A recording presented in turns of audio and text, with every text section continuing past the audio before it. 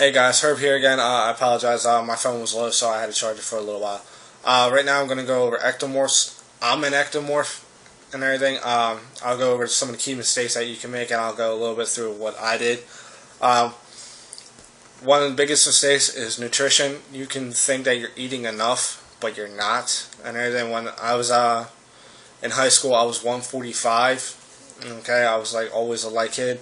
And like as an ectomorph, you can have strength on your size, on your side, not size.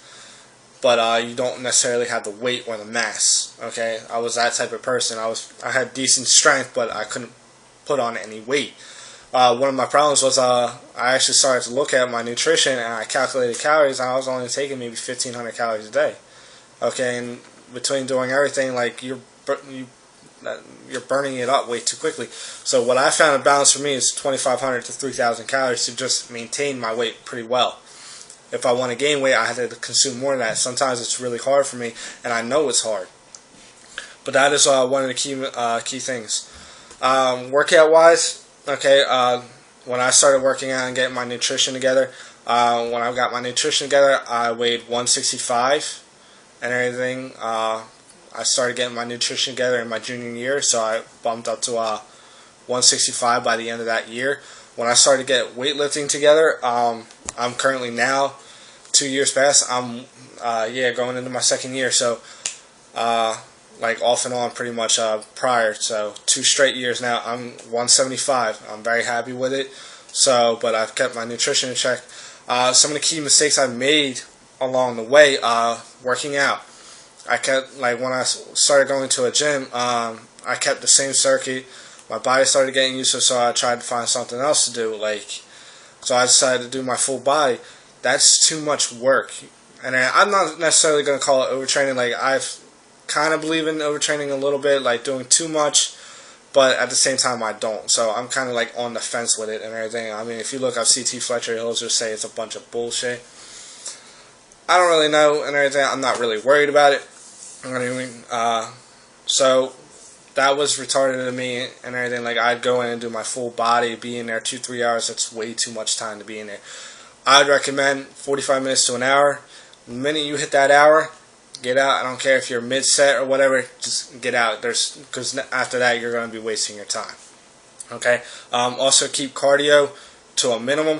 What I would recommend for best cardio-wise, if you can do the row machine and everything, that'll work your back and everything, but don't do it too long.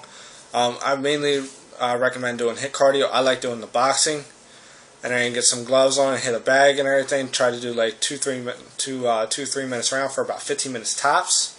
And I find that is really good. Also, it's a good way to work your shoulders and your serratus when you're throwing those punches. So that's what I would recommend. For major body parts, do about 4 exercises. Okay, for minor body parts like your biceps, triceps, I would only do about 2 or 3 exercises. That's about it. Now, you'll look up a lot and everything. I've looked it up a lot too. They'll say, oh, only do 2 sets of this and everything. That may be true for some people and everything. It may be true. I'm not 100% sure. I've never worked out that way. I've always gone pretty high and everything with drop sets and everything like that, and it's proven well for me. Okay, my thing is make sure you're actually challenging yourself. Okay, what I find kind of works best, my chest workout, for instance, and everything. I'll go in, I do 4 exercises. Right now what I'm doing is pre-exhausting, so I will hit 4 sets of pec flies on the fly machine. Okay, 4 sets of 12. Now the reason I have it set up this way is called a building on theory, and I'll explain that. So you're going to do 4 sets of 12, and then you're going to go over to a cable crossover if you have one, and then what you're going to do is what I do is a low pulley crossover and a high pulley. Low pulley is basically you would have it low and you come up like that. It's going to work your upper chest. It's almost like doing incline flies. And then you're going to just raise it up and everything and come down and do the normal crossover. I do 4 sets of 10 with that. Okay, now that's a building on theory. You're doing 12 with 1 exercise and then 10. You're building up to heavier weight. And then I would go over and do incline dumbbell presses. Okay, Now the reason I do dumbbells and everything, for some reason when I do incline bench press with a barbell, it bothers my shoulder and everything. I guess from dislocations from football, it's kind of bothers my rotator cuff, so I feel more natural doing dumbbells. So I'll do 3 sets of 8 with that. Okay, that's it. And then give yourself about at least a minute rest with those power movements. And then what I'm doing is I'm jumping over to a chest press machine. And then I mean the machine, not free weights or anything like that, the machine. The reason I'm saying that is constant tension. Okay, and I'll do 3 sets of 6. Okay, so that's what you're doing is building up to that heavy weight. You're doing 12 with one exercise, 10, 8, and then 6. So you're really building up that weight. Also, when I do the chest press, incline dumbbell press, and the chest press, I do what is called like a pause rep, if I'm correct. You bring it down, hold it at the heaviest point, and then come back up. Okay, you hold it for about 2-3 seconds, and I'm telling you, it's really the time under tension that really builds the muscle. So that would be my chest exercise, and then I would do my triceps. Like I said, building on theory, just pick 2 or 3 exercises. It's really whatever you want. So, but I like to pre-exhaust due to the fact that my chest feels like it gets hit harder. Okay, so that would be an instance of a chest exercise right now that I'm doing.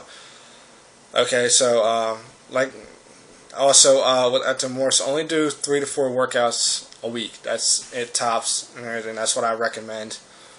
What else can I recommend? Another way, make sure you're eating enough carbs, enough protein, enough fats. Okay, a good way to pack on some weight: peanut butter and bananas. Okay, peanut butter, about a serving, is about 200 calories. It does have a decent amount of fat, so do watch that. Bananas have good carbs in there. I'm actually in personal training school now, so they normally say when you're trying to build muscle, take 1 gram of protein per pound of body weight. What my book recommends is, actually, I'm going to guess this is a minimum, is for every 10 pounds, 4 grams of protein. So if you're, for me and everything right now, it's basically I have to take in like at least 70 grams of protein a day. And I try to aim for, I try to aim as high as I can with my protein. So that's another thing. I know I'm kind of jumping around a little bit, and I apologize. I'm trying to just toss out as much information as I can. But I'm telling you, you can do supersets, you can do drop sets, you can do all that stuff and everything. You will get there and everything, but don't expect it to happen in a month or maybe even 2 months. It does take time, okay? Just to reach this good, like where I'm at now, to where I've increased my strength really well and everything, built on basically 10 pounds and everything, it's taken me about 2 years. It does take that much time. I've told that to my friend Chris, who I've kind of been training and everything. It does take time. He's trying to drop weight and everything, but it does take time in order to reach those goals. So don't give up and everything. Remember why you started and everything. So if you're not going to go hard in the gym, go the fuck home. Okay? But that's just a little instance of where you can kind of start off at. Like, remember, like I said, for like the major body parts, 4 exercises. Okay? Also, a good thing to do, compound movements. Okay, you try to incorporate those a lot. And basically, a compound movement is when you're using more than one joint and everything, such as bench press, you're using your shoulders and your elbows. Okay, squats, and then that's another compound. Deadlifts, bent over rows.